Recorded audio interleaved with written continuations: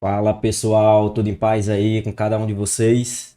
Hoje nós estamos aqui iniciando uma jornada bem interessante aqui no nosso projeto, um projeto de extensão, talvez um projeto que vem aí com uma proposta inovadora para a Faculdade de Medicina, né? A Faculdade de Ciências da Saúde, o curso de Medicina aqui da Universidade do Estado do Rio Grande do Norte. E temos aqui então o lançamento do projeto de extensão E o Cérebro Responde, a neurociência vista de maneira descomplicada. Nossa primeira temporada começa exatamente hoje e vai até meados de 2023. Temos a plena convicção de que será um sucesso, até porque os temas que foram programados aí pela nossa equipe, né, formada por estudantes do curso de medicina, sob a minha orientação, são temas de extrema relevância que podem ser aplicados aí no dia a dia. Então sejam todos bem-vindos e bem-vindas ao projeto de extensão E o Cérebro Responde, a neurociência vista de maneira descomplicada, a nossa primeira temporada. Então a cada mês nós estaremos aí lançando um episódio novo com temas aí interessantes. A gente vai, se você tem dúvida aqui sobre sono, a gente vai discutir sobre sono. Temos um episódio específico para falar sobre qualidade do sono e de que maneira isso pode melhorar aí o nosso rendimento acadêmico. Se você tem dúvidas sobre a importância da música para o nosso cérebro, para o nosso comportamento, para a nossa saúde mental, temos também assunto a respeito disso. E se sua dúvida for, por exemplo, relacionada à alimentação, alimentos que interferem no nosso cérebro ou de que maneira o nosso cérebro interfere na nossa alimentação, tem uma turma aqui muito boa, muito preparada que vai discutir aqui com vocês essas coisas, certo? Então são temas de ordem transversal.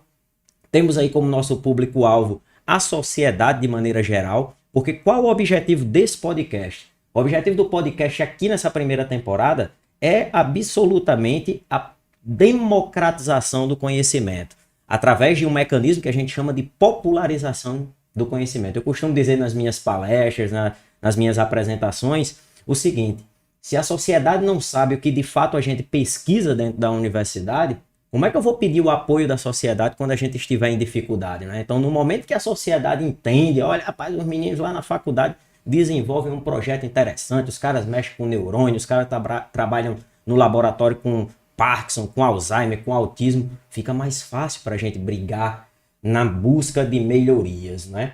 Então, hoje, e para quem não me conhece, eu sou Rodolfo Cavalcante, já professor há 15 anos do curso de medicina, né? Comecei ali a minha trajetória acadêmica por volta de 2007 e até hoje estamos lá, não só trabalhando no curso de graduação, mas nos cursos de pós-graduação. A Faculdade de Ciências da Saúde hoje possui 3 programas de pós-graduação, 3 mestrados e 2 doutorados, né? Nós temos o programa de Saúde e Sociedade, temos o programa de Ciências Fisiológicas e temos aí o programa de Bioquímica, tá bom? Mas isso aí são pautas para os próximos assuntos, porque hoje eu não vim aqui fazer uma apresentação específica de mim, que eu não vim discutir. Hoje eu não sou convidado, como geralmente o pessoal me chama para discutir alguma pauta de neurociência. Na verdade, hoje eu trouxe 2 convidadas ilustres aqui para trabalhar comigo nesse primeiro episódio.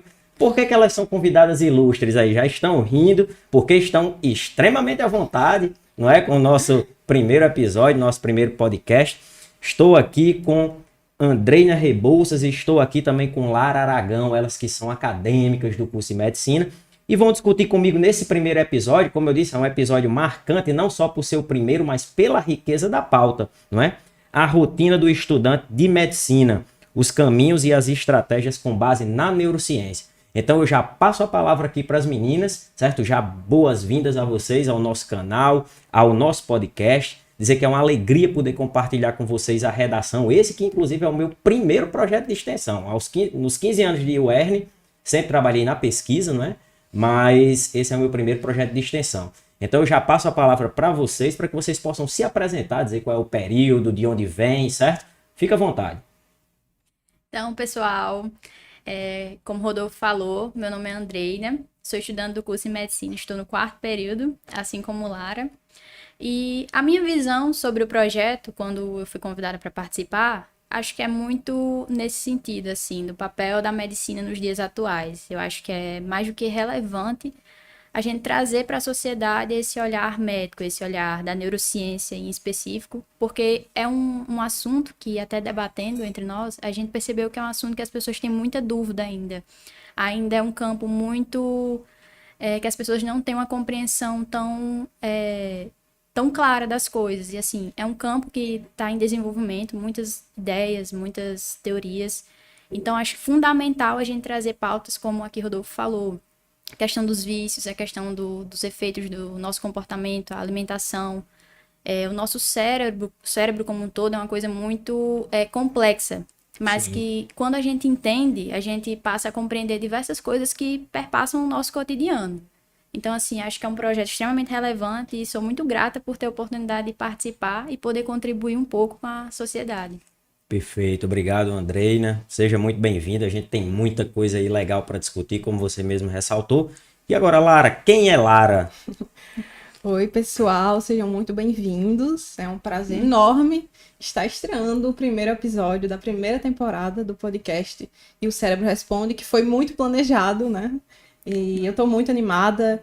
Em cada episódio a gente vai trazer aqui, como a Andreine e como o Rodolfo falaram, assuntos do dia a dia, né? Questionamentos do dia a dia que sempre estão ali na nossa cabeça, que a gente, até inconscientemente, tem esse desejo de saber mais sobre aquilo, mas que a gente, por algum motivo, não tem acesso a essa informação. E o nosso objetivo aqui no podcast é tornar essa informação mais palpável, né? E é um prazer enorme, né? Eu entrei nesse projeto muito com o intuito de estudar neurociência, de aprender a neurociência e de passar, né? De fazer esse papel social do projeto de extensão, que é tornar o conhecimento acadêmico, né, mais palpável para as pessoas que estão fora da academia, né? Esse é o principal papel do projeto de extensão e eu estou muito feliz por fazer parte desse projeto. Perfeito, então a gente já começou aqui com o pé direito, duas pessoas muito importantes para o projeto que trabalharam conosco lá na concepção, quando isso aqui era praticamente embrionário, né? Na fase trofoblástica, a gente veio aqui para discutir e hoje a gente está no nosso primeiro episódio, né? Como eu falei aqui, a rotina do estudante de medicina, os caminhos e as estratégias com base na neurociência. E aí, por que que a gente pensou nesse termo, né? Nessa pauta, né?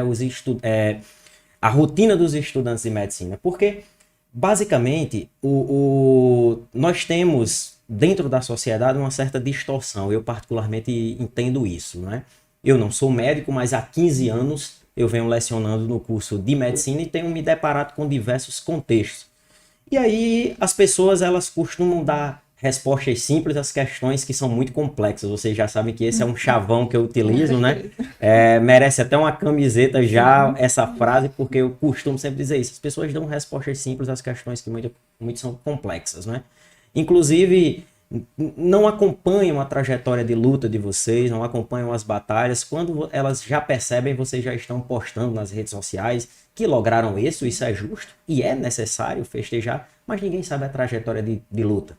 Ninguém sabe os momentos de frustração, ninguém sabe o quanto vocês precisaram abdicar para chegar ao curso e para sair do curso também, né? A gente estava aqui conversando antes de iniciar esse episódio e a gente falava muito nisso, né? Que o estudante universitário, de maneira geral, ele tem duas grandes alegrias, a quando entra e a quando sai, não é? Porque a trajetória, ela é uma trajetória extremamente complicada, não é?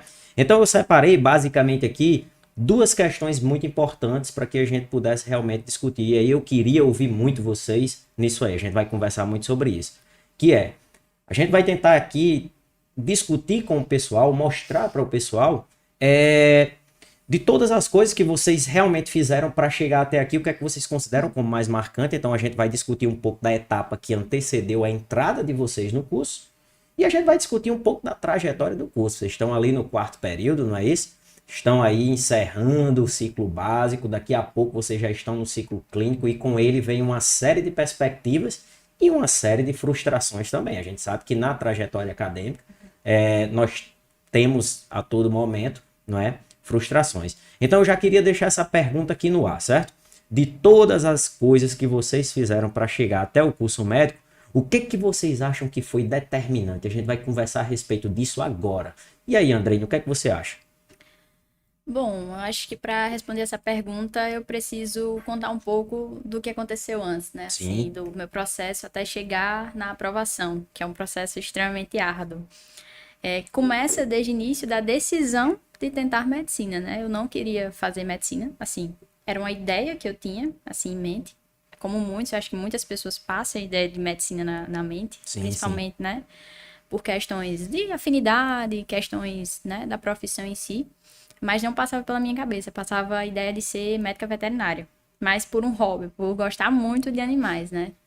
Então, assim, estudei todo o meu ensino médio tentando focar nisso. Muitas pessoas na minha sala queriam medicina. Então, já tinha aquele embate, assim, poxa, eu acho que eu vou ser só mais um, assim, Sim, dentre milhares que querem. E, assim, cada ano que passava, a gente ia vendo que o Enem, ele vai ficando mais complexo. A cada ano que passa, são verdade. cobradas, assim, habilidades que a gente vai tendo que desenvolver, assim, cada vez mais difícil.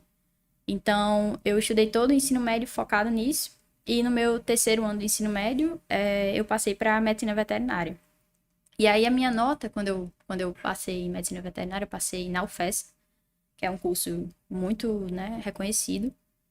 E foi uma nota que, quando eu vi, assim, eu disse: é, eu acho que talvez role medicina em algum momento. E eu guardei aquilo ali pra mim, né? Até quando eu contei pros meus familiares essa ideia, muitos ficaram assustados. "Ixi, mas você não queria ser veterinária?" E assim, fui, né? Insisti, eu passei o meu ensino médio focando em outra profissão. Estudei no Diocesano, que é uma Sim, escola aqui de Mossoró, é bem tradicional. E tentei. Não, vou amadurecer essa ideia de medicina. Estudei fiz um ano de cursinho, estudei naquela modalidade do extensivo, que é basicamente uma extensão do nosso ensino médio, né? Aquelas aulas manhã, e tarde, às vezes, até mais ou menos meio-dia, todas as disciplinas. E era uma rotina extremamente exaustiva. E eu costumo dizer para as pessoas que sempre me perguntam, porque assim que a gente é aprovado, sempre vem um monte de gente perguntar o que é que você fez, quais são as estratégias. E acho que o intuito do tema de hoje também é debater isso, a individualidade de cada um, né? A gente vai passar aqui algumas estratégias que a gente sim, teve, sim. mas cada cérebro, como a gente vai ver, é único, né, em sua individualidade por completo. Então, eu fiz esse primeiro ano de cursinho, não fui aprovada. Minha média, inclusive, baixou um pouquinho em comparação com o meu Quando você tinha feito de terceiro veterinário. ano de ensino médio. E assim, eu sempre falo também que a gente precisa ter muita autocrítica nesse processo. É uma coisa que eu acho que as pessoas, cada vez mais, a gente tá reduzindo essa ideia de tentar se autoavaliar, ver o que é que você tá errando. A gente quer sempre ter aquela caixinha, aquela bolinha de só qualidades, acertos, estou perto. Eu acho que a autocrítica nesse processo, assim, foi determinante para minha aprovação, porque eu não passei, chorei, claro. A gente tem que viver a tristeza Exato. também, né? A gente não pode se reprimir. E, assim, refleti sobre o que eu deveria fazer e constatei que faltou muito treino e preocupação com a minha saúde mental também, que é uma coisa que a gente negligencia e que a gente, inclusive, é ensinado a negligenciar. É uma coisa assim, todo mundo hoje fala de saúde mental, mas eu costumo dizer, até para as minhas amigas quando a gente tá conversando, mas poucos praticam realmente, poucos Verdade. cuidam realmente, né? Então, é aí no segundo ano de cursinho, que eu fui aprovada depois de 2 anos de tentativa para medicina, mudei toda a minha estratégia.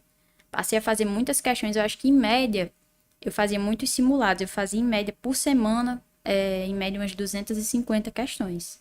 Porque eu fazia simulado, fazia 45 um dia, 45 no Isso de outro, todas as de áreas. todas as áreas. E foi ali que a prova do Enem eu praticamente aprendi realmente a estratégia. E assim, para quem estuda para concurso, é o que eu sempre digo, a gente tem que aprender a fazer a prova. Exato. E assim, depois de 2 anos bem árduos, de muito sofrimento, eu sempre quis tentar para a UERN. Inclusive, muita gente me acha maluca porque eu deixei só nota na UERN, não coloquei em outra universidade. Mas porque É maluca mesmo. participei de outros projetos, o Med Ensina, né, que o pessoal da UERN aí sempre desenvolve para Verdade. apresentar a faculdade para as pessoas que têm interesse em entrar. Fui acho para a segunda edição do Med Ensina e me apaixonei pela universidade, assim. Todo mundo fala da questão, tenho medo da greve, tenho medo disso, mas assim, sou apaixonada pelo curso até hoje. É difícil, como a gente vai falar aqui um pouco do pós-aprovação, mas depois de 2 anos, ainda sofri um pouquinho do SISU. Quem é aí que tá lutando sabe como é o SISU. É outro sofrimento. A gente passa por sofrimento atrás de sofrimento. SISU, inclusive, teve aquela instabilidade o pessoal sendo contabilizado 2 vezes nas vagas, em 2 faculdades diferentes, então tava uma classificação meio que, né, fantasma, e aí eu fiquei maluca, e não sabia quando ia sair o resultado, e quando saiu eu tava dentro das vagas, e desde então eu sempre tento rememorar isso na minha mente, lembrar de tudo que eu passei. Hoje eu fico me imaginando, meu Deus, eu fazia essa quantidade de questões, eu fazia tudo isso e parecia que eu não fazia, assim. Acho que o desejo de estar ali era algo que me movia incessantemente. Então, eu acho que esses fatores foram cruciais para eu estar onde eu estou hoje. Perfeitamente. E você, Lara, conta um pouco aí da sua história. Como foi esse processo de organização, todas essas lutas, essas abdicações, esses desafios que você encontrou, não é? Que credenciaram você a ser hoje aluna do curso de medicina na UERN? Então, a minha história é um pouquinho diferente da de Andreina, né? Para começar, eu sempre quis medicina, desde pequena. Nunca pensei em outra coisa, nunca pensei em outra possibilidade. Sempre que isso vinha na minha cabeça, era uma coisa assim que não se encaixava com o que eu queria para o meu futuro, para o meu aprendizado, enfim, para o meu conhecimento. E aí o ensino médio eu fiz na Conveste, que é uma escola daqui de Mossoró, que hoje em dia não existe mais. E fiz, quando eu terminei o terceiro ano, né, fiz o Enem e fiz também o PSV, que eu não sei se vocês vão lembrar, mas era o processo seletivo vocacionado da UERN. Lembro, né? sim, eu fiz Então, o PSB. eu peguei o último PSV. Até tive uma colocação boa, né? Mas para quem estava acabando de sair ali de um ensino médio, que não era uma escola assim tão, né, que preparava tanto assim para os processos seletivos, acabei que não tive um bom resultado. Mas eu sabia que eu queria medicina e isso nunca foi uma dúvida para mim, né? Então eu passei continuando a tentar, né? E aí eu optei por não fazer cursinho, eu não fiz cursinho, fiquei estudando em casa de forma totalmente autônoma. É isso né? aí que é o mais massa. Isso aí Desenvolveu o próprio método aqui. Ela Então, conte-nos aí. é um método assim autônomo, mas que tem muitos desafios, né? Muitas chances de dar errado, como Sim. deu, né? Algumas vezes. Eu tentei 5 vezes estudando sozinho. 5 vezes. 5 vezes. Consegui na quinta.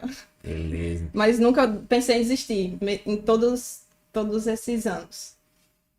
E, assim, eu acho que como vocês devem imaginar, né? O processo de você estudar em casa, sozinho, sem nenhum apoio pedagógico, é extremamente difícil. Você tem que ter uma disciplina.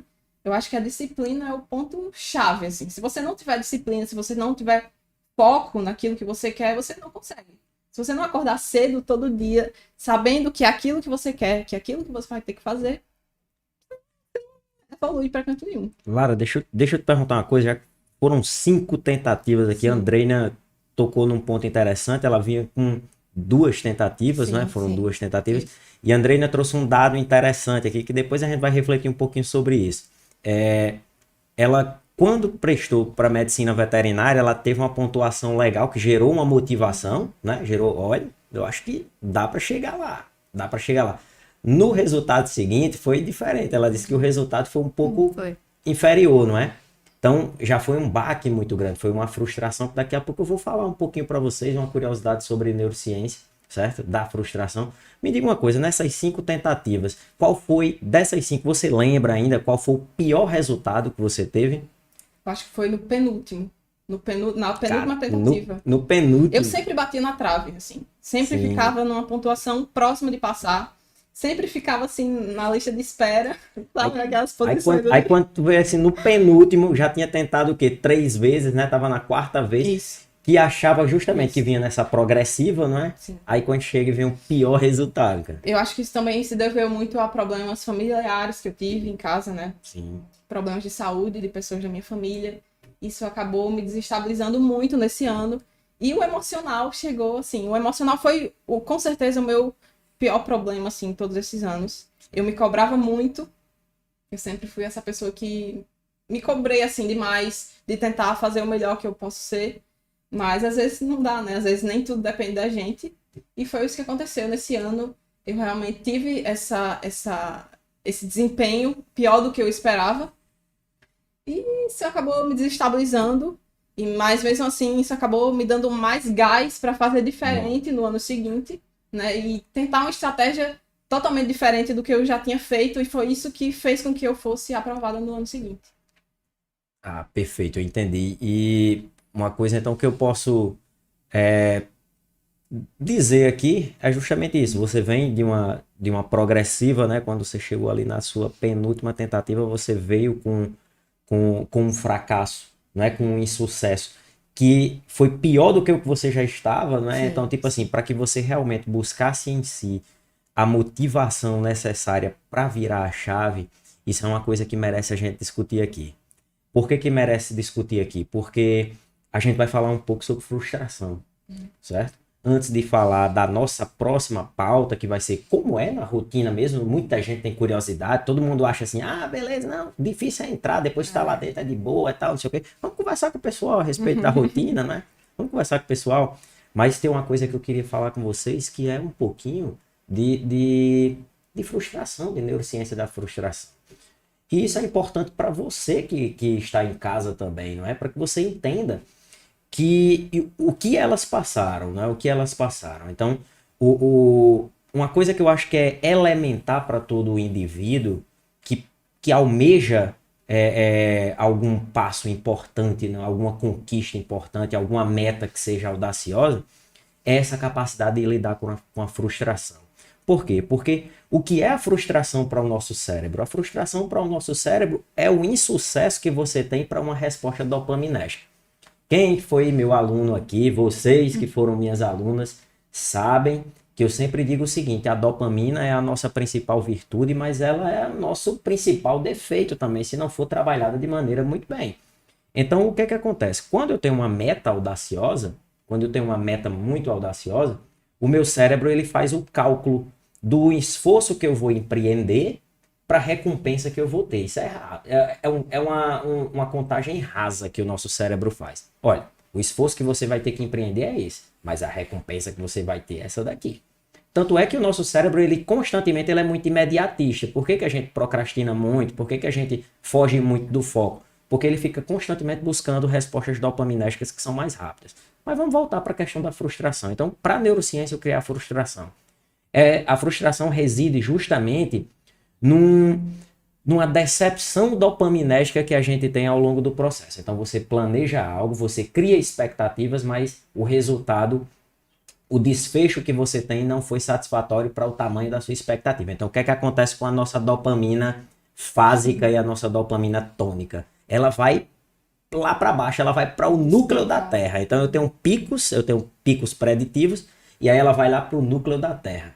O grande problema, Lara, Andreina e todos vocês que estão acompanhando aqui a gente nesse episódio, é que muitas pessoas, quando se deparam com uma frustração, com uma decepção dopaminérgica, elas são incapazes, por uma série de motivos, né, que a gente passaria aqui 10 dias aqui discutindo, mas por uma série de motivos elas são incapazes de dar essa volta por cima, de virar essa chave, de buscar no fracasso os elementos motivacionais necessários para que elas conquistem lá na frente. Então eu acho que a primeira coisa, não só para quem pretende fazer o curso de medicina aqui, quem pretende fazer o vestibular, mas quem quer fazer concurso, quem quer passar para outro curso, independente da área que seja, mas para você que quer lograr isso numa determinada prova, para você que quer emagrecer, para você que quer ficar em forma para o próximo verão, você precisa entender o seguinte, que a frustração ela é algo que é estatisticamente previsível em qualquer ser humano que passa por essa vida, né? A gente só precisa saber lidar com essa frustração. Isso faz parte até do elemento inteligência emocional, que inteligência emocional irão aí, esse tema irá para os próximos episódios, E assim, certo? Pode falar. Rodolfo, a gente enfrenta hoje em dia um grande desafio com essa questão dopaminérgica, é que hoje a gente tem acesso rápido a picos de dopamina. Sim, claro. Então, assim, eu acho que o que se torna mais árduo nesse processo é isso, que além de ter que ter a disciplina de abdicar desses momentos, para poder estar ali focando em algo maior, a longo prazo, uma recompensa que vai demorar talvez 5 anos, né? Como aqui, 2 anos. É essa questão que a gente hoje, no mundo digital, nesse mundo globalizado, a gente tem acesso muito rápido. Então, eu acho que o nosso cérebro, eu entendo que ele tá cada dia mais preguiçoso. Exato. Porque a gente, né, nos nossos ancestrais, os picos de dopamina estavam mais atrelados a questões de caça, coleta de alimento, era algo muito mais pontual. É como se aquela dopamina ela fosse mais difícil de se obter. Então, o cérebro ele passava a ser mais adaptado a essa ausência. Eu acho que a gente não eram experiências tão traumáticas, tão agressivas, assim, à nossa saúde mental. Mas hoje não. Hoje a gente encontra dopamina na alimentação, na internet. Então, assim, eu acho que hoje em dia, quem quer estudar tá cada dia mais difícil, né? Olha, e tem uma questão aí bem interessante. Isso que você falou, né? Da sociedade estar cada vez mais imediatista. Como eu já falei, o cérebro da gente, ele diuturnamente, ele opera na perspectiva de descargas dopaminérgicas, né? Nós temos a descarga, a expressão tônica, né? E nós temos a expressão fásica. Então, diuturnamente, a gente fica sempre lutando para que tenhamos essas expressões fásicas da dopamina que vão dar essas sensações de recompensa que a gente tem do Nosso dia a centro de dia. recompensa não Né? para. Ele, como eu disse, é a principal virtude que a gente tem, porque é isso que nos move para frente, né? A dopamina, ela muito se discute sobre o efeito da dopamina na recompensa, mas antes da recompensa, ela é motivação também, ela é o que joga a gente para frente, né? Mas uma coisa que você falou é extremamente, é um fato, que a cada dia que passa, a sociedade ela fica muito mais ávida a descargas dopaminérgicas que são agudas. É aquela questão. O seu cérebro ele faz aquele cálculo que eu expliquei, não é? Olha, a recompensa é essa, o esforço que você tem que dar, que tem que empreender é esse daqui. Nesse transcurso, quando a gente tem uma meta que é muito audaciosa e muito distante, nós temos sempre uma certa vulnerabilidade para questões, para respostas dopaminérgicas que são agudas. Por exemplo, você tem que estudar para uma prova que vai acontecer no próximo mês. Mas esse final de semana, a turma que vocês estão na faculdade vão fazer um churrascão, vai ter uma festa e tal. E aí? Você vai ficar ali em tentação. Cara, eu acho que um dia dá pra gente ir, eu acho que um dia dá pra ir pra essa farra e tal, não sei o que, essa coisa toda. Na procrastinação do estudo. A gente às vezes tá estudando ali, passou meia hora, 40 minutos, 50 minutos, e aí o nosso cérebro ele começa a ficar mais susceptível aos distratores. Aí é aquela mensagem no WhatsApp que entra, aí você diz assim, rapaz, eu acho que foi alguma coisa que aconteceu. E principalmente se forem aquelas 3, 4 mensagens que vêm assim consecutivas, né? Você diz assim, pronto, alguém morreu aqui. Então tem que olhar. Aí às vezes é só o camarada mandou assim, oi, aí, bom dia. Aí manda uma carinha, não é? Manda uma figurinha. Pois é, a gente ficou muito ávido a respostas que são agudas. O cérebro da gente ficou susceptível a isso, sabe? E aí o que é que acontece? Facilitam os distratores. Depois que você olha a primeira mensagem, você tem aquela resposta de satisfação, aí você já quer dar uma olhada no grupo, você já quer dar uma olhada na dancinha do TikTok, você já quer ver o que é que tem. E aí passam 2 horas, porque o tempo, ele é relativo, né? O tempo, ele é relativo. Quando a gente começa a fazer algumas leituras extras, né? Você vem lendo ali Stephen Hawking, enfim, a gente vem discutindo, trocando ideia, a gente começa a perceber que o tempo ele é relativo em função de muitas questões que estão envolvidas na dopamina. Cara, quando você está assistindo ali uma aula entediante, 50 minutos parece que são 4 horas. Mas quando a gente tá olhando lá as dancinhas, os gatinhos no TikTok, tipo assim, 50 minutos aí já parece que foram 25 minutos, não é? Então isso é muito, muito relativo, né? Então, esses aspectos que vocês tocaram, eles são muito importantes. Eu acho que fica esse aviso para o pessoal, essa capacidade, primeiro, de fazer uma autorreflexão, não é, Andreina? De entender quais são as limitações, onde é que eu preciso melhorar, quais são as nossas habilidades.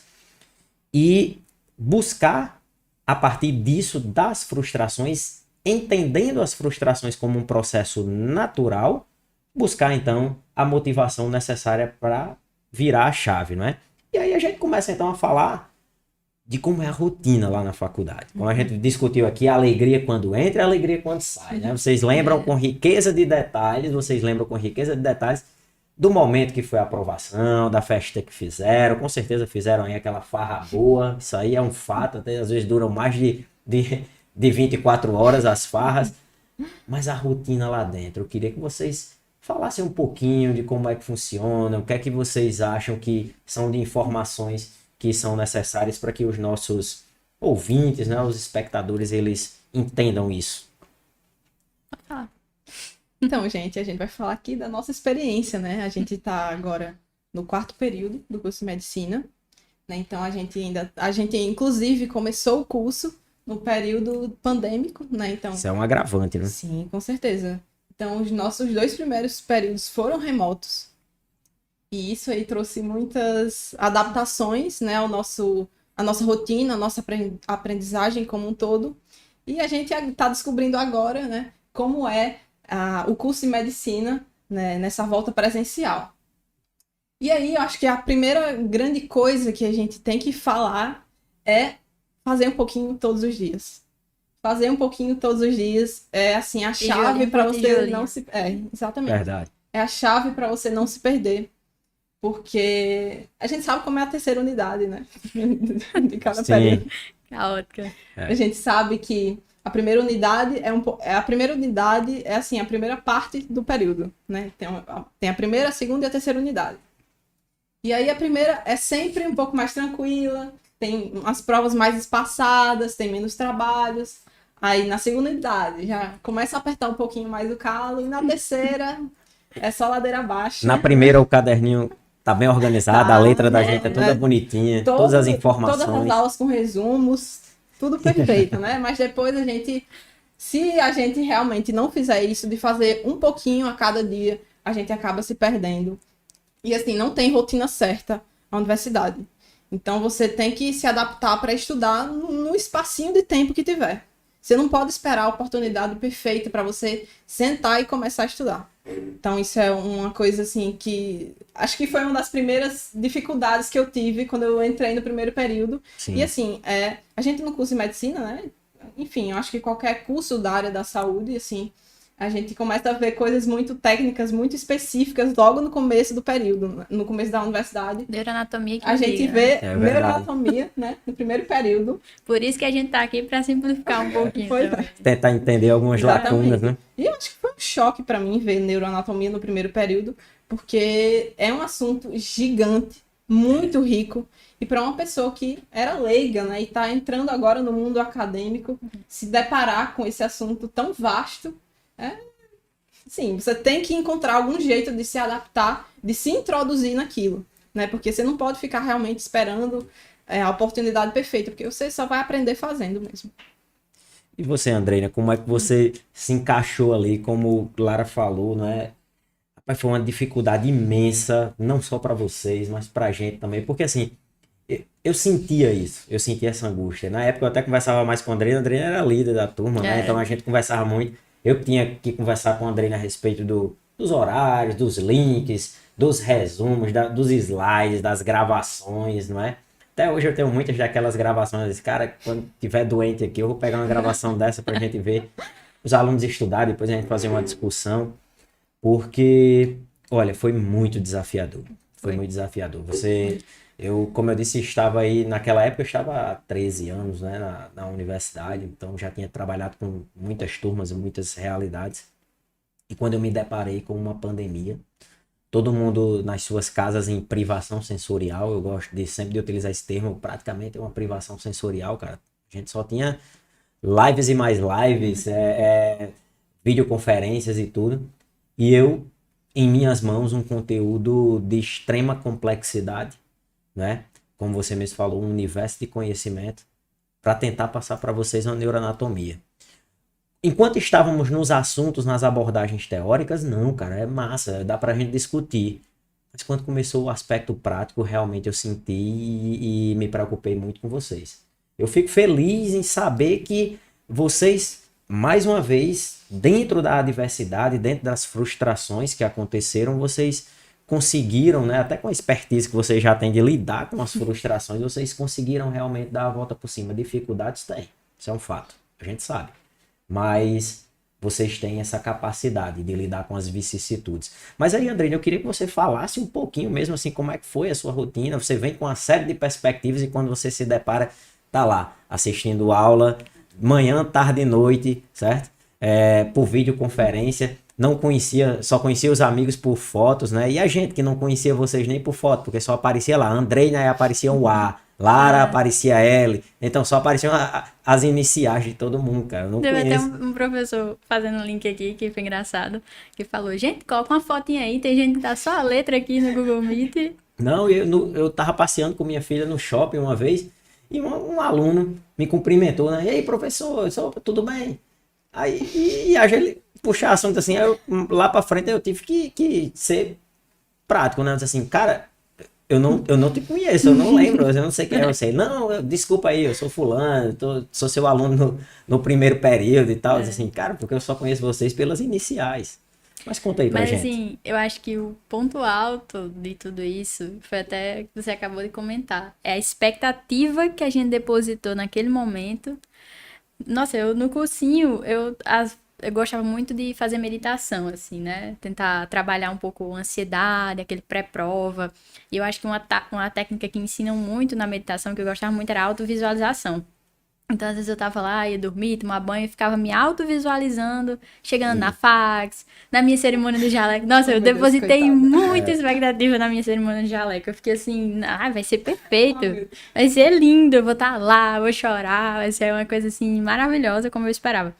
E a sensação de você estar de frente para um computador, com a mãozinha assim, fazendo o juramento, com o jaleco, foi assim, sabe? Claro que eu gostei, eu acho que a sensação, a alegria da gente ter passado foi algo assim que acho que conseguiu anestesiar muitas dessas situações. Eu acho que foi o que salvou. Mas eu fico imaginando quem passou por isso já em meados ali do meio do curso, que já está acostumado, que já não tem aquela satisfação imensa de ter passado, né? Que já passou Já um tempo. consolidaram E tá algumas. ali. Eu acho que a vontade de desistir em pessoas assim foi muito maior. Acho que a gente ainda teve essa sorte, que a gente ainda teve aquele pico de alegria de ter entrado, A né? empolgação do calor. Isso. A gente fica vendo os meninos do primeiro período, eles tão felizes no corredor, a gente foi assim um dia, né? Nem parece. E passa tão rápido, né? Passa tão muito rápido. Esse período de pandemia meio que congelou, assim. Na verdade, não congelou, na verdade, ele passou tão rápido que a gente não consegue acompanhar, né, o contexto. Já várias vezes, pronto, essa semana passada eu estava dando aula e aí eu fui pegar um café lá na cantina lá e encontrei com a aluna, eu peguei e disse, e aí, como é que tá a topográfica? Ele disse, não, professor, eu passei já faz 2 semestres já. O cara já estava no quinto período. É, E passou para muito mim, rápido. há estudantes que, para mim, eu ainda lembro desse período, eles no módulo 2, certo? Para mim, pronto, no caso de vocês, eu ainda tenho muito essa lembrança. Vocês no módulo 1, módulo 2. E hoje vocês estão aí no quarto período, né? E como é que tá a rotina hoje? O que é que vocês estão pagando lá no quarto período aí, pessoal? O que é que se vê no quarto período? A gente vê anestésio, a gente vê instrumentação clínica e cirúrgica, a gente vê imaginologia, Massa. semiologia também, né? Que é uma coisa... Você já começa a colocar a mão na massa ali, A né? gente tá se sentindo realmente, eu diria, no curso de Acadêmico. medicina.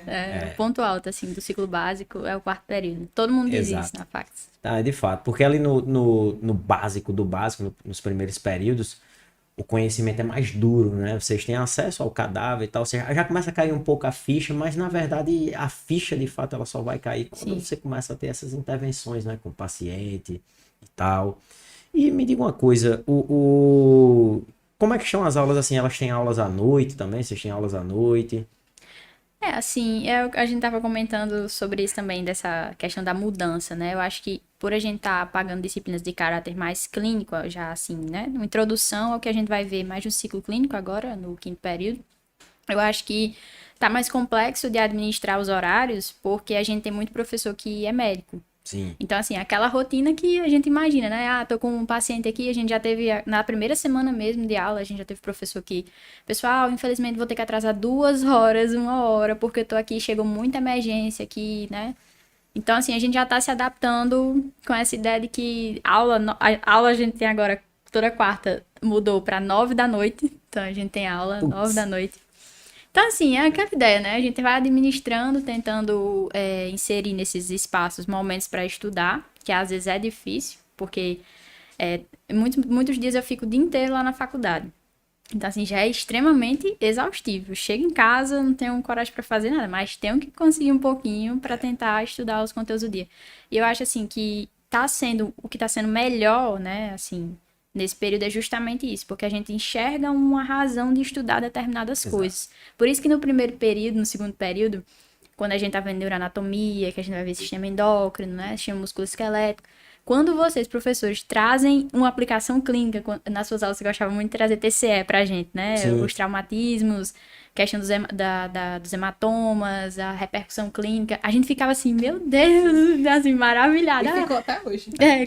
Se sente um estudante de medicina, né? Quando pressiona tal estrutura, o paciente tem isso. Então, assim, é magnífico quando... Eu acho muito legal, assim, discutir com vocês, que de fato, nós não temos tanto tempo, né? Então, por isso que foi uma das coisas até que eu achei massa no podcast, como a gente amadureceu lá, não é? De dizer assim, cara, vamos lá pra gente conversar sobre temas, coisas que realmente não dá pra gente discutir em sala de aula. Olha, gente, grande parte desses assuntos que a gente vem discutindo aqui, a gente sequer tem a oportunidade de falar em sala, porque os conhecimentos são mais específicos, né? São mais diretivos, né? A gente vai trabalhar circuitos, vai trabalhar estruturas, como vocês falaram, correlatos clínicos, mas sobre o dia a dia não dá pra gente se conhecer. Então, eu particularmente não conhecia vocês enquanto estudantes, mas não conhecia a trajetória de luta de vocês. Lógico que a gente sabe que, de maneira geral, o estudante de medicina, ao entrar na universidade, ele carrega consigo uma trajetória muito delicada. E quando eu digo isso, carrega consigo uma trajetória muito delicada, eu vou entrar num tema que não estava previsto, mas a gente vai discutir sobre isso aqui, porque eu acho que é importante o pessoal escutar.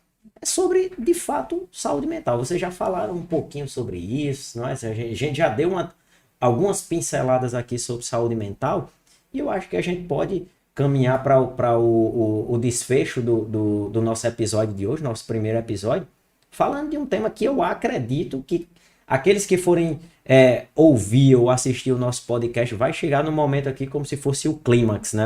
A apoteose vai ser agora, que não estava nem previsto. A gente discutiu um pouquinho sobre saúde mental.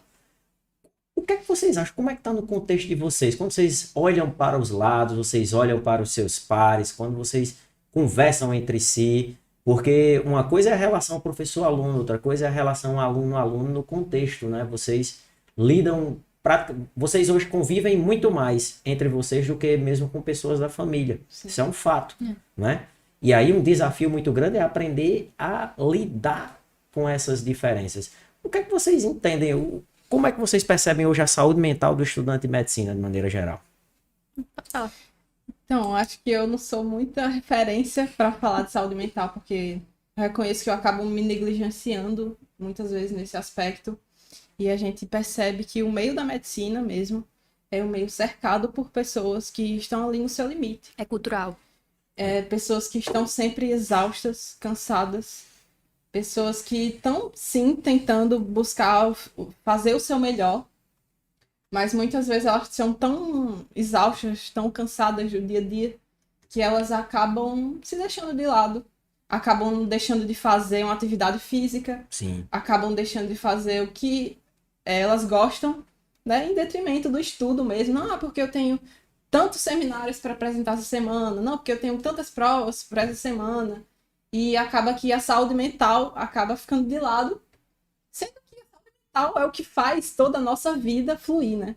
É o que faz a gente conseguir fazer as nossas atividades diárias. Então, assim, não tem como a gente deixar a nossa saúde mental de lado. E eu acho que, pessoalmente, é um aprendizado que eu venho tendo, assim, de período a período. Porque no primeiro período eu fiquei ali um pouco perdida, sem saber como eu conciliava, né, os estudos com a minha saúde mental. Foi bem difícil, foi bem árduo, assim, mas eu acho que com o passar dos períodos, né, eu acho que eu tô me achando um pouco melhor nesse processo, né, procurando, tem um tempo, sim, para fazer uma atividade física, para fazer o que eu gosto, porque eu percebo o peso disso, o impacto disso no meu rendimento. Sim. Né? Então, é bom tanto para um lado quanto para o outro. Você, Andreina, como é que você percebe o estado de saúde mental dos estudantes de maneira geral? Como é o seu contexto? Conta aí um pouquinho pro pessoal. Eu penso que a gente estava falando agora há pouco sobre dopamina, que o nosso Exatamente. cérebro gosta muito. E eu penso assim que o nosso cérebro, ele é muito adaptado a tanto picos de dopamina, quanto a gente tem que saber gerenciar esses estímulos estressores, esses estímulos que vão fazer com que a nossa dopamina caia. Eu acho que o curso de medicina, ele é repleto de estímulos estressores. Eu acho que inicia, assim, o Pode ponto crer. alto que a cobrança de ser médico já começa daí. Eu acho que é uma cobrança que a sociedade nos impõe e a gente já entra com essa noção. Por exemplo, 2 horas sem estudar, para muitos, não, 2 horas estou sem estudar, estou assistindo uma série, estou aqui relaxando e tal. Mas para a gente, às vezes, se converte numa cobrança no sentido: estou 2 horas sem estudar traumatismo crânioencefálico, TCE.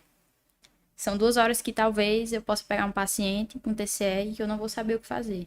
Eu não vou saber a conduta certa, que eu vou errar e esse paciente vai acabar morrendo. Olha o nível de cobrança. Então, assim, chega a ser doentio às vezes. Então, assim, é realmente, eu acho que de todos, assim, os estudantes, eu acho que é uma área que a gente tem que saber, assim como os outros profissionais de saúde, que eu acho que você deve conhecer muitos também, Muitos. a gente tem que saber gerenciar muito esses estímulos estressores, porque eles vão nos consumindo de uma forma que daqui a pouco a gente perde a nossa própria identidade, assim, dentro do curso, sabe? A gente acaba perdendo até aquela ideia que a gente tinha no início do porquê eu estou aqui. A gente vai se tornando cada dia mais um robozinho programado, acordar, hora de dormir, rotina. E quando vê, a gente tá deixando de fazer coisas básicas, como Lara falou, de sair com os amigos, de ter um momento para praticar exercício físico. A gente brinca muito, tipo, a gente tá todo mundo sedentário, mas no consultório a gente vai pedir pro paciente praticar exercício físico.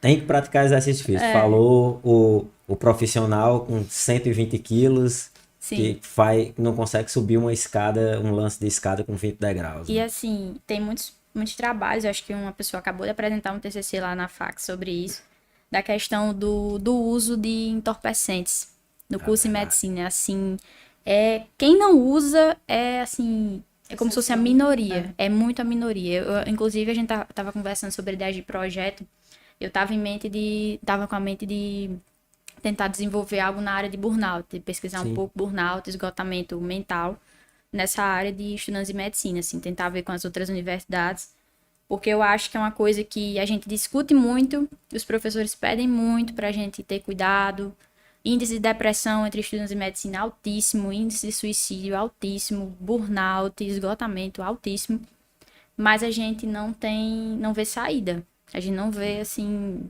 como amenizar esse quadro, assim, porque parece realmente uma epidemia. Já é um cenário problemático a nível mundial. Ansiedade, aí se a gente for pesquisar, né? E deixa eu perguntar um negócio a vocês. Aí a gente vai entrar num tema que gera um pouco de debate.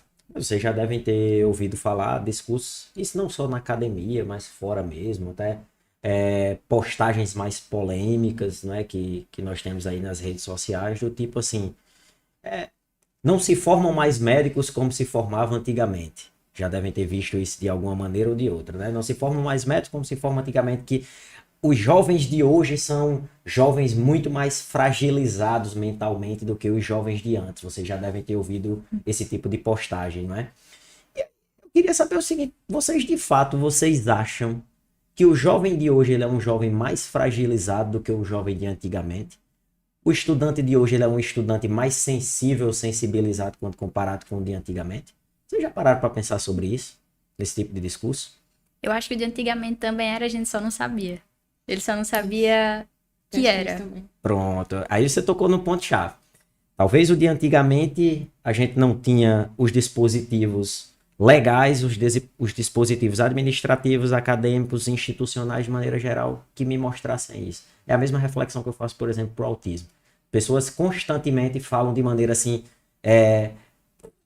o autismo está cada dia mais crescente na população, a prevalência do autismo é crescente e tal.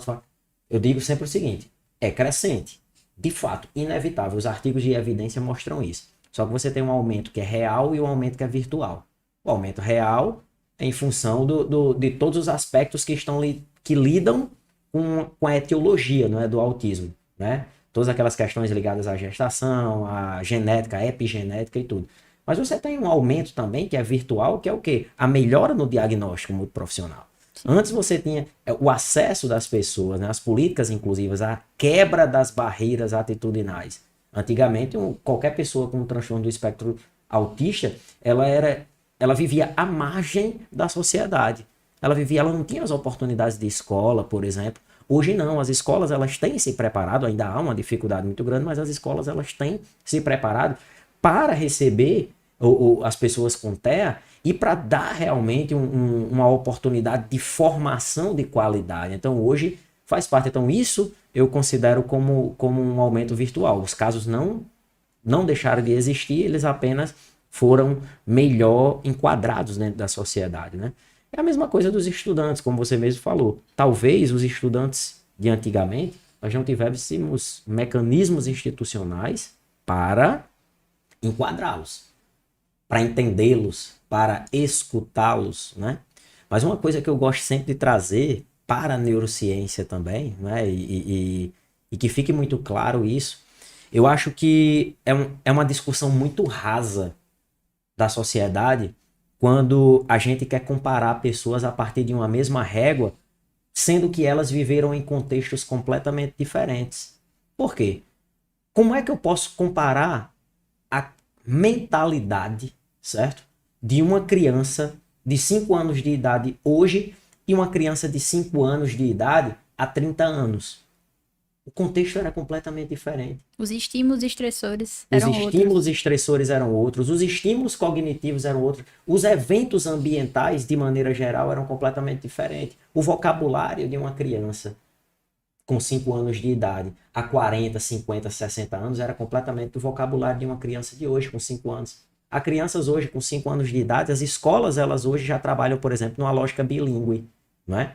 Então as crianças hoje não são todos os adultos que conseguem entender determinadas retóricas de crianças hoje de 8, 9, 10 anos. Até isso alterou a construção delas, né? Você vê criança com 8, 9, 10 anos com visões de mundo, entendimento de questões que você não vê adolescentes com isso, né? Então eu não posso comparar as pessoas a partir de uma mesma régua. Então quando eu escuto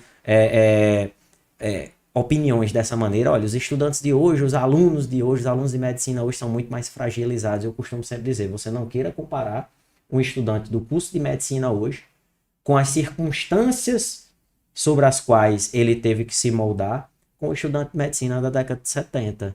Eu não estou dizendo que a formação na década de 70 era melhor ou pior. Eu não estou dizendo que a formação de hoje é melhor ou pior. Eu estou dizendo que a formação ela é diferente.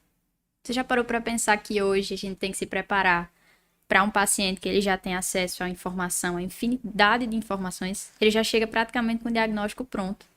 Pois é. Então, assim, são outras questões, são muitas outras habilidades que a gente tem que aprender. E até as provas de residência, né? A abordagem o que elas exigem, né, de um médico para que esse médico seja aprovado num processo de seleção para residência. Você precisa ter pesquisa, você precisa ter, enfim, várias atividades, né, que exigem muito mais de um estudante de medicina, que inclusive o estudante de medicina já passa o curso inteiro, né, pensando no que é que ele pode desenvolver para obter mais pontos na residência, enfim, para conseguir passar numa residência que a gente sabe que está cada vez mais concorrido.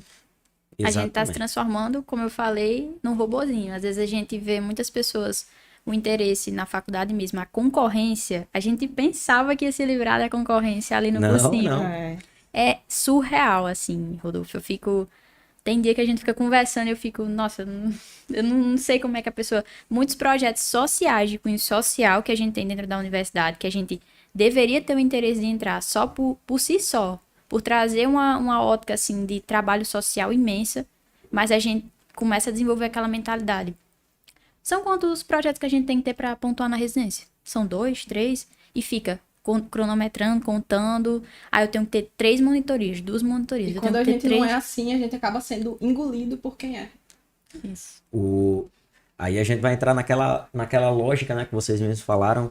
É uma corrida intensa, frenética, e muitas vezes a gente não sabe nem o motivo pelo qual a gente está correndo, né? A gente só precisa correr, só precisa pontuar. Muitas vezes a gente não liga para o aspecto qualitativo, o que é que de fato eu estou obtendo e entendendo a partir dessas experiências. Ou seja, eu costumo também dizer para o pessoal, Os títulos que a gente adquire ao longo da vida, eles são associados a inúmeras responsabilidades. Então, é importante que vocês vivenciem a academia e tirem dela todas as lições positivas e negativas. As negativas vocês já sabem o que não fazer, as positivas vocês aprimorem isso para a carreira profissional. Agora, o que não dá realmente é a gente ficar correndo, buscando as coisas sem entender de que maneira isso vai contribuir para a vida da gente. Se vocês me perguntarem, Rodolfo, então, se a gente for falar hoje de adoecimento mental de maneira geral para os estudantes de medicina, você acha isso normal? Não, jamais. Vocês nunca irão escutar de mim que o adoecimento mental ele é normal. Não, hoje nós temos uma realidade em que o adoecimento mental nas universidades, aqui o foco, o curso de medicina, né? Que vocês são acadêmicas e eu leciono lá há mais de uma década. Eu posso dizer para vocês que o adoecimento mental é algo comum. Existe uma diferença muito grande entre comum e normal.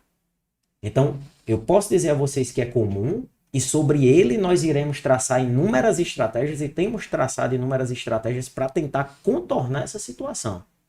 Mas jamais eu posso fazer um discurso, jamais vocês podem fazer um discurso de que é normal. Jamais naturalizem o adoecimento mental, por pior que seja o contexto e pior que seja a realidade. Eu acho que essa é a grande lição que a gente tira de tudo isso que a gente conversou aqui hoje. De fato, é comum, é prevalente, é preocupante e precisamos intervir de maneira enérgica, mas jamais entender que é normal e que é natural, porque assim eu estarei contribuindo para o negligenciamento do sofrimento do outro. E aí a gente entra realmente para o finalmente do nosso podcast. Eu acho que aqui passou rapidinho, a gente aqui quase uma hora discutindo, né? Um tema bastante interessante. Foi muito bom, meninas, ter vocês aqui nesse primeiro episódio. E aí eu já passo para vocês, para que vocês possam fazer os agradecimentos, mandar um alô para papai e para mamãe, mandar aí um beijo para a titia, mas fica aí com vocês a palavra final. Então, eu acho que foi ótimo a experiência aqui. Nunca tinha participado de um podcast antes. Já dá para fazer aí uns cortes aí, viu?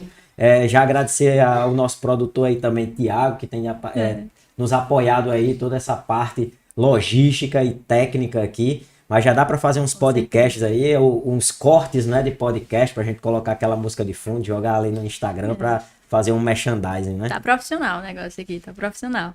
Então, assim, é uma estratégia de ensino que é muito nova, que vem ganhando muito espaço atualmente, né, o podcast.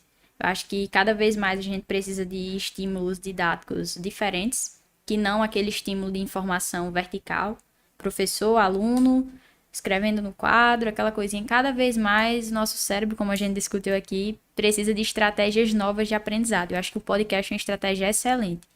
Então, assim, queria agradecer novamente ao professor Rodolfo pela oportunidade de estar contribuindo aqui com um pouco, né, da minha vivência na área da medicina.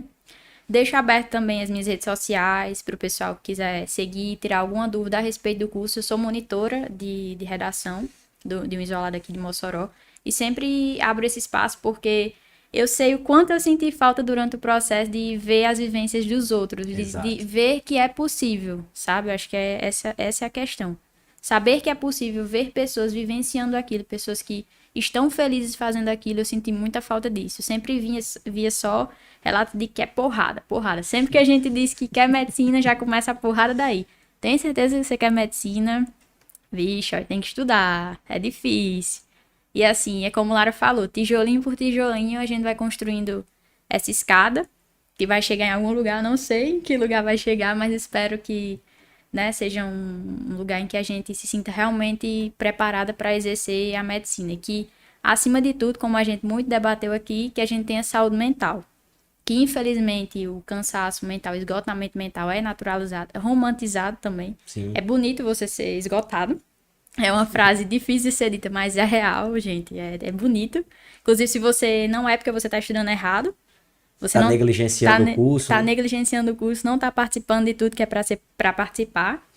Então, assim, acho que momentos como esse, de sair um pouco daquela bolinha de ensino técnico, trazer para a sociedade um pouco de neuroanatomia, de neurociência, explicar coisas que parecem, assim, passar batido, que a gente não entende bem, é, assim, uma oportunidade incrível.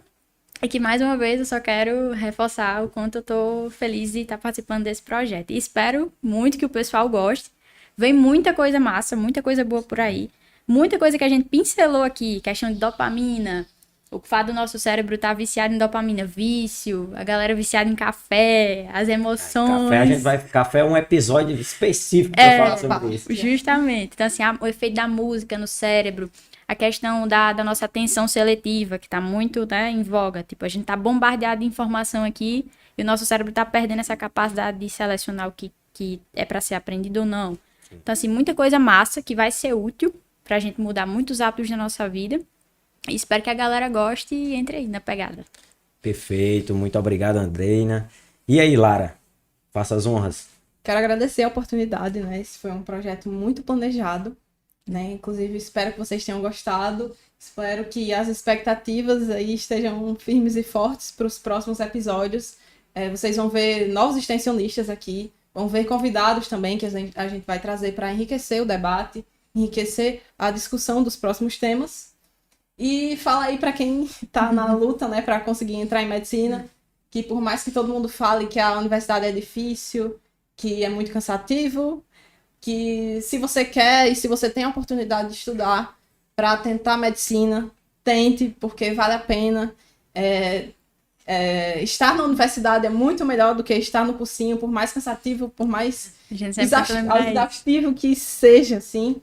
E é isso, espero que vocês gostem, compartilhem para os seus amigos, se vocês tiverem gostado, que vai ter muita neurociência daqui para frente. Perfeito, muito obrigado, Lara. E é isso, trajetória acadêmica é difícil. Trajetória acadêmica na graduação é difícil, mestrado é difícil, doutorado é difícil, residência médica nem se fala, né? Se você conversar com vários colegas aí residentes, eles vão dizer da dificuldade. Mas o que é importante é o que vocês exatamente falaram. Tentar priorizar a saúde mental, tentar priorizar uma qualidade de vida. Não adianta a gente passar por isso entendendo sempre que é um fardo, observar sempre pelo prisma do sofrimento, não é? E simplesmente quando sair de lá realmente apresentar uma série de questões, uma série de arestas a se aparar, inclusive deixar para tratar a saúde mental, por exemplo, só depois que terminar o curso, talvez seja tarde. Então, assim, é importante que é difícil, toda trajetória acadêmica ela será difícil, ela é cercada por inúmeras vicissitudes, por inúmeros altos e baixos, e talvez mais baixos do que altos, né? Então, mas o que é importante é justamente isso, entender que é um processo, é entender que faz parte e buscar em si e até na ajuda de outros, inclusive ajuda profissional, os mecanismos necessários para superar cada um dos problemas. Então eu só tenho a agradecer a vocês a oportunidade de compartilhar essa bancada hoje, discutindo um tema de tamanha complexidade e de extrema necessidade para a população. Fazer das palavras de vocês as minhas palavras. Aguardem os próximos episódios. Nós teremos aí muita coisa legal, muita curiosidade. E se vocês tiverem alguma opinião, tiverem algum questionamento, alguma sugestão para os próximos episódios, né? Não hesitem em nos contactar, certo? Podem acessar lá o nosso Instagram, falar conosco através do canal do YouTube e estaremos aí dispostos a ouvi-los, não é? Para que haja realmente o melhor, o engrandecimento desse projeto. Porque esse projeto ele foi pensado a partir da necessidade de vocês e para vocês. É isso que se constitui uma extensão universitária. Então, muito obrigado, um abraço a todos. Agradecemos aqui mais uma vez a Tiago, né, que trabalhou com toda a parte de produção aqui no estúdio. Agradecer à Pró-Reitoria de Extensão da Universidade do Estado do Rio Grande do Norte, que trabalha no fomento de iniciativas dessa natureza. Agradecer também à Faculdade de Ciências da Saúde da Universidade do Estado do Rio Grande do Norte. Um abraço.